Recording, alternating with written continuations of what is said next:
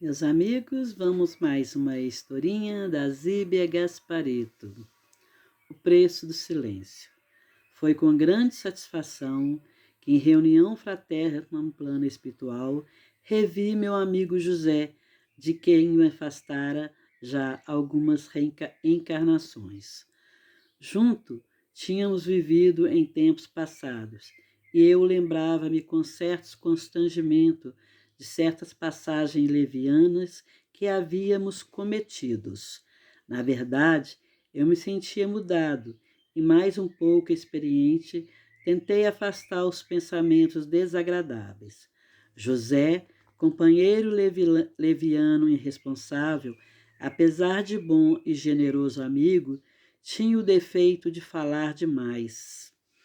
Quando em palestra com alguém, esquecia a noção do equilíbrio e comentava assuntos íntimos envolvendo reputações, boatos e acrescentava, no auge do entusiasmo, novas nuances para colorir o assunto sem perceber, revelando para calúnia. Muitas vezes causara intrigas e deserções, separações e litígios entre as criaturas. Fazia-o mais por leviandade do que pelo desejo de causar danos. Geralmente arrependia-se depois, mas o mal já estava feito. Abracei-o efusivamente, pois que o apreciava intimamente. Procurei armazenar argumentos a fim de neutralizar-lhe o verbo intempestivo. José abraçou-me alegre e, depois de algumas palavras, juntamo-nos ao resto do grupo em agradável palestra.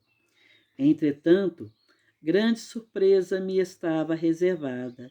Durante nossas, durante nossas amigas confabulações, José apenas pronunciou algumas palavras sérias, pausadas e, eu diria, com algumas dificuldade. Pareceu-me completamente diferente da pessoa que eu havia conhecido antes. Estava mais equilibrado e mais feliz. Em seu olhar havia agora entendimento e doçura. Satisfeito, constatei o seu progresso espiritual quando juntos nos retiramos da assembleia. José, colocando sua mão em meu braço, tornou: Estou satisfeito de ver-te bem disposto. Eu sei que também notas que estou diferente. Tens razão, José. Está muito melhor agora, e acrescentei receoso de recordar os erros do seu passado. Na verdade, todos temos progredido, é da lei. Assim é, entretanto, toda conquista tem um preço que é preciso pagar, e pagamos com antecedência. É preciso dar para receber. Mas noto que tens dificuldade em te expressares, tu que eras tão versátil e prolixo.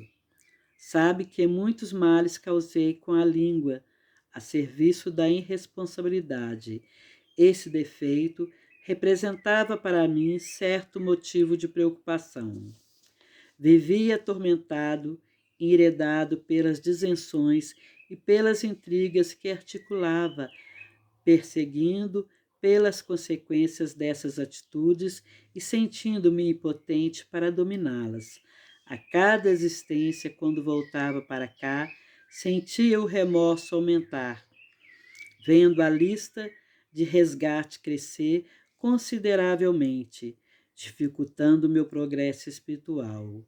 Em outros campos, eu havia feito muito progressos, mas quando chegava nessa fraqueza, nada conseguia. Resolvi, por isso, submeter meu caso às entidades superiores encarregadas da nossa orientação, que, carinhosamente, se dispuseram a estudar minhas possibilidades.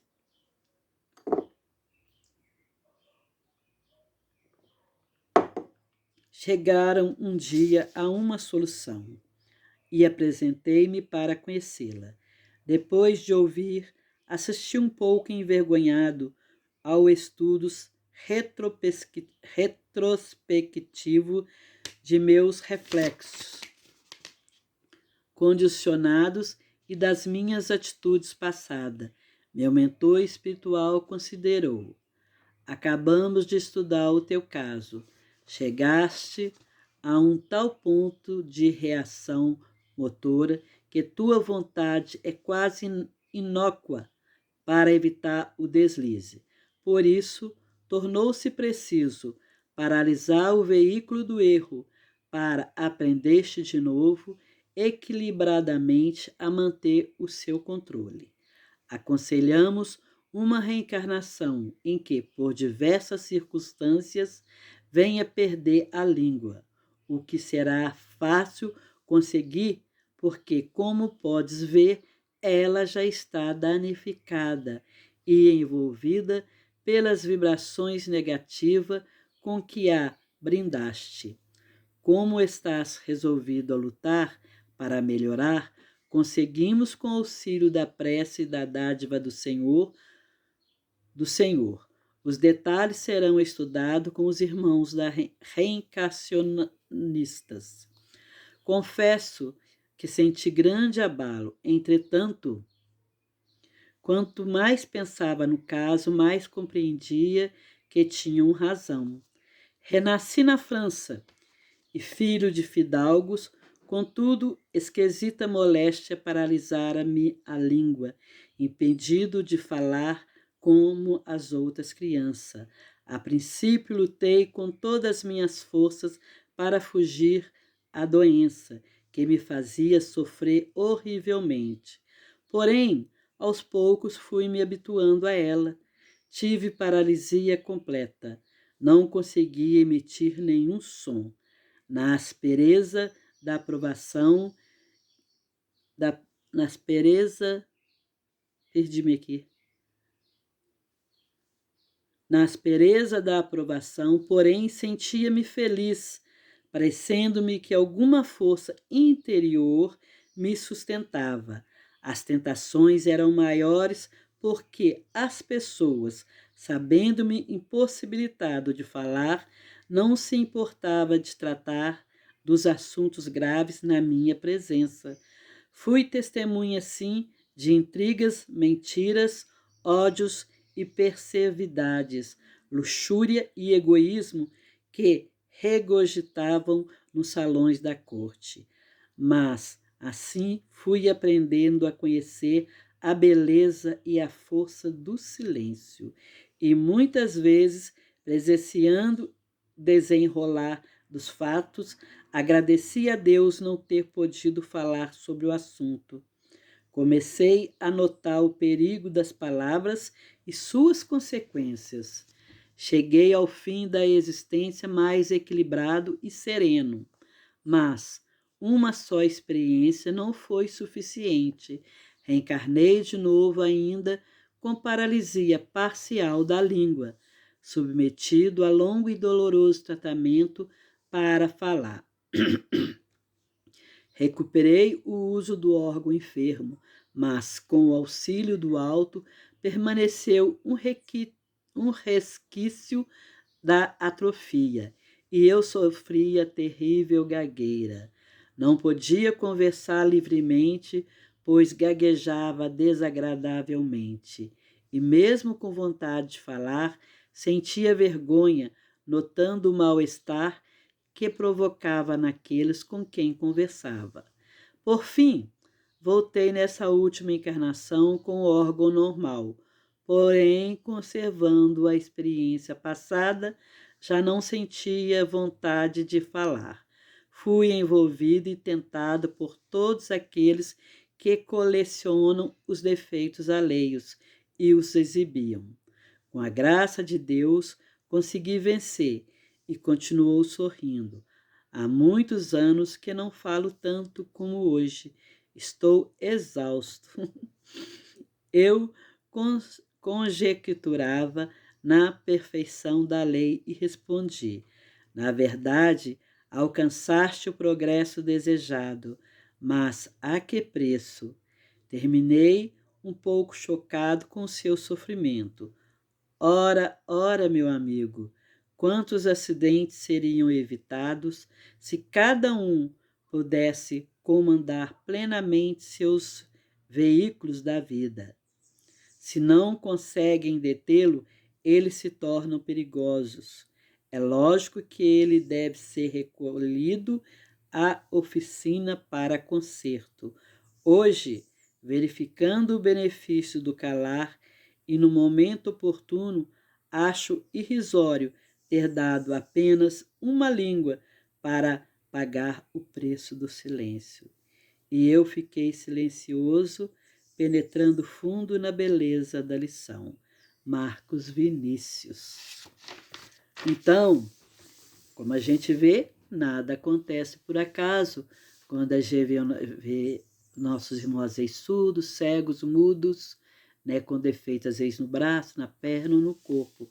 Tudo é consequência de nossas atitudes passadas em outras vidas, porque Deus é bom, misericordioso e justo, e nós sofremos naquilo que mais pecamos.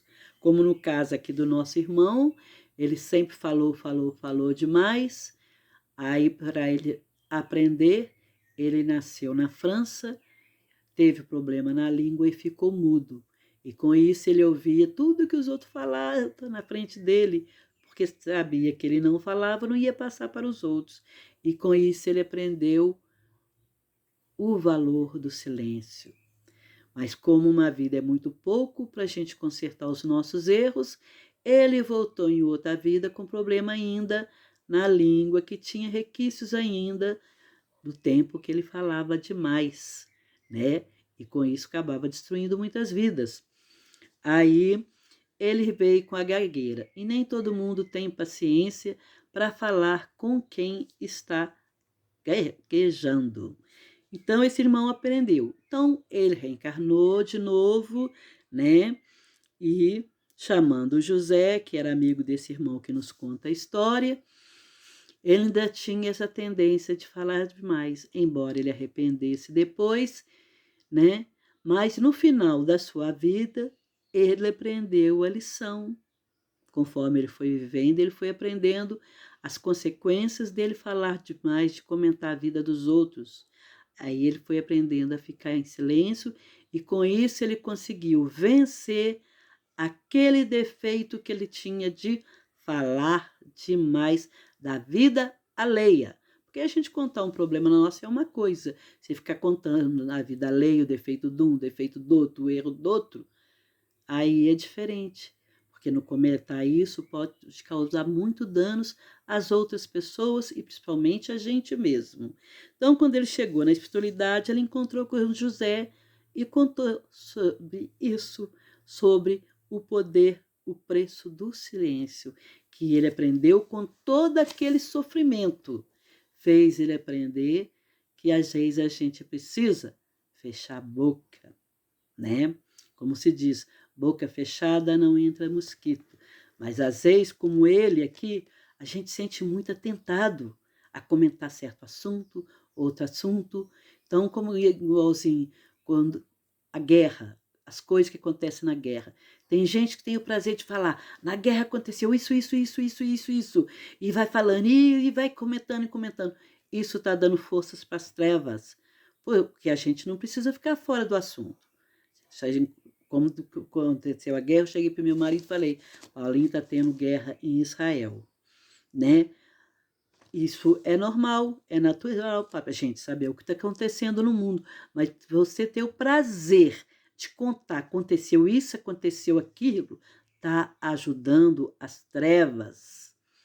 E às vezes vai falar para uma pessoa, um idoso que já está com a cabeça cansada, já sofrida, você não está ajudando aquele idoso, aquela pessoa já tem tanta aflição, tanto problema, você vai colocar tudo isso de coisa negativa em cima da cabeça?